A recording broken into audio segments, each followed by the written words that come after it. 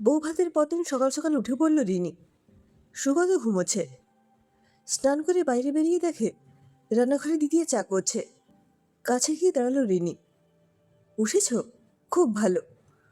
বউ মানুষদের নির্লজ্জের মতো দেরি করে ওঠা এই বাড়িতে চলে না। চলো, এইবার চায়ের কাপ আর ট্রে নিয়ে ডাইনিংয়ে। বাবা উঠে পড়েছেন, চা দিতে হবে।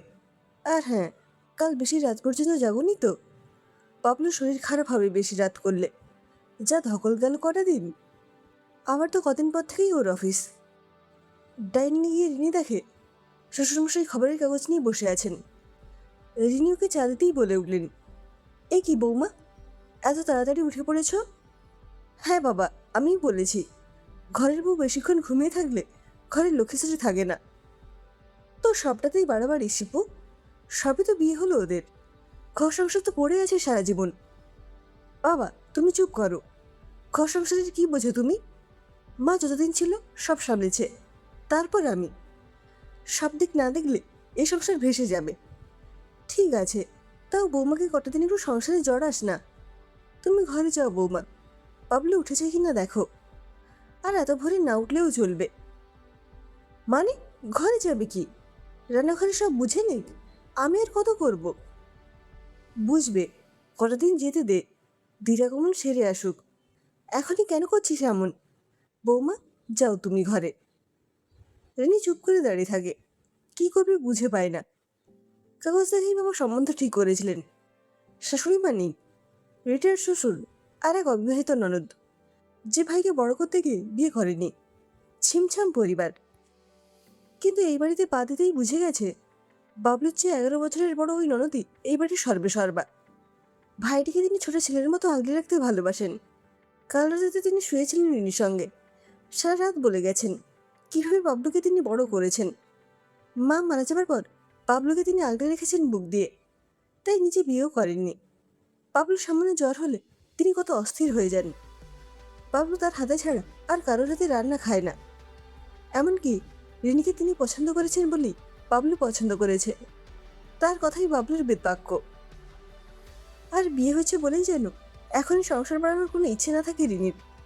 বাবলু তো নিজেই এখনো কত ছোট, এর ওপর নিজের সন্তান হলে দায়িত্ব নিতে হিমশিম খেয়ে যাবে। তার চেয়ে তিনিই বলে দেবেন কবে সংসার বাড়ানো উচিত। তাই রিনি যেন একটু সামনে থাকে, বাবলুকে প্রলোভন না দেয়।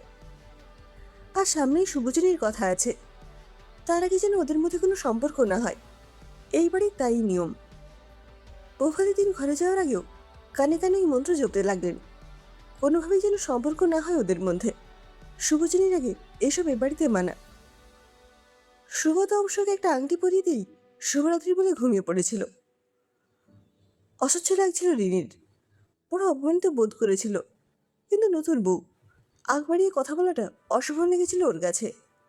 সারা রাত ঘুমোয়নিও। যে কজন আত্মীয় দূর থেকে এসেছিলেন ফিরবার তোড়জোড় শুরু করলেন। সবার সঙ্গে হাসি মুখে কথা বলল রিনি। বিকেলের মধ্যেই বাড়ি ফাঁকা। সেই রাতেও ওই এক গল্প।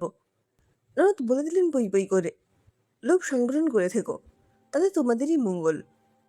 সুকথা সেদিন রাতে অন্য মানুষ। বলল আগের দিনও খুব টায়ার্ড ছিল বলে রিনির সঙ্গে কথাও বলতে পারেনি ভালো করে। তার চেয়েও বড় কথা, দিদি পাশের বারান্দায় বসেছিল সারা রাত, তাই ইচ্ছে করেই ও চুপচাপ ঘুমিয়ে পড়েছিল। রিনি কিছু বলতে যাবে, হঠাৎ দরজায় টকটক করে আওয়াজ। দিদির গলা ভেসে আসে, ঘুমোসনি এখনো? সুগত বলে ওঠে, হ্যাঁ দিদিয়া, তুমি যাও, ঘুমোচ্ছি। রিনি রাগ করে পাশ ফিরে শুয়ে পড়ল। সুগতও। রাতে সন্দেহ হওয়াতে আস্তে করে পা টিপে টিপে দরজা খুলে রিনি। যা ভেবেছিল ঠিক তাই, বাইরে মিস্ত্রি শুয়েছে শিবরা। কিছু না বলে মোবাইলটা ফটো তুলে রাখে ও। পরদিন ভোরে টকটক করে আওয়াজ দরজায়। রিনি ধর্মর করে উঠে দেখে 5:30 বাজে। স্নান করে ঘরের বাইরে আসে ও। রান্নাঘর থেকে শিবরা বলে ওঠেন, আজ যে দেরি হলো উঠতে? কাল অনেক রাত পর্যন্ত জেগেছিলি বোধ হয়। শ্বশুরমশাইয়ের কানে গেল কথাটা, বলে উঠলেন, কি হচ্ছে শিবু? বারণ করেছি না ওদের ব্যাপারে কথা বলতে? তুমি চুপ করো তো বাবা। রাত জেগে বাবলুর শরীর খারাপ হলে এরপর সামলাবে কে? রিনি কি জানবে বাবলুর ব্যাপারে? 2 দিন হলো এসেছে। রিনি থমথম মুখ করে থাকে সারাদিন। সুগতকে অসহ্য লাগে। নতুন বর, কেমন হাদার মতো ব্যবহার। দিদিটাকে কিছু বলছে না, এদিকে নিজেও মুখ খুলতে পারছে না। সদ্য বিয়ের পর একটু চুপচাপ থাকতে হয়, বলে দিয়েছে মা। তবে চুপ করেও থাকবে না, একটা উপায় বার করবেই। পরদিন বিকেলে ওরা যাবে দিরাগমনে। শিবরা একই মন্ত্র জপতে লাগলো রিনির কানের কাছে। বাপের বাড়ি পৌঁছেও নিস্তার নেই, ফোনের পর ফোন। এইবার সৌগতও ফোনটা সুইচ অফ করে রাখে। দিরাগমন থেকে ফিরলে শুভজনী তোড়জোড় শুরু করে শিবরা। এর মধ্যে জিজ্ঞেস করে নেয় ওরা নিজেদের সামনে রেখেছিল কিনা। লজ্জার ঘেন্নায় মুখ লাল হয়ে যায় রিনির। রাতে ঘুমোতে যাওয়ার সময় রিনি বলে ওঠে, দিদিয়া, আপনিও চলুন আমাদের সঙ্গে ঘুমোতে। কি ফালতু কথা বলছো রিনি? ঠিকই বলছি, আপনি ঠিক করে দেবেন আমরা কতক্ষণ জেগে গল্প করব। আজ তো সব বাধা শেষ, পুজোও হয়ে গেল। এরপর আমার ভাইকে কোন ছুতোয় আটকাবো বলুন? আর আপনিও আমাদের দরজার বাইরে শুয়ে রাত কাটাবেন কতদিন? জীবনটা তার বস্তা পচা টিভি সিরিয়াল নয়। মুখ হা হয়ে যায় শিবরার। কী সব বাজে বাজে কথা বলছো রিনি? ছি ছি, আমি না বাবলুর বড়দি? ভাইকে কোলে পিঠে করে বড় করেছি, আর এত বড় নোংরা কথাটা তুমি বলতে পারলে? সুগতও বলে ওঠে, রিনি কি হচ্ছে এসব? শ্বশুরমশাই চলে আসেন চেঁচামেচিতে। শ্বশুরমশাইকে মোবাইলে তোলা ছবিটা দেখায় রিনি। লজ্জায় পড়ে যান বৃদ্ধ মানুষটি। ধমক দেন শিবরাকে। সুগত মাথা নিচু করে থাকে। শ্বশুরমশাই বলে ওঠেন, আমি লজ্জিত। বৌমা, তুমি আর সৌগত আলাদা বাড়িতে উঠে যাবে, আমি ব্যবস্থা করে দেব। এখানে তুমি ভালো থাকবে না। না বাবা, আমি ঘর করতে এসেছি, ছেলেকে তার বাবার থেকে আলাদা করতে নয়।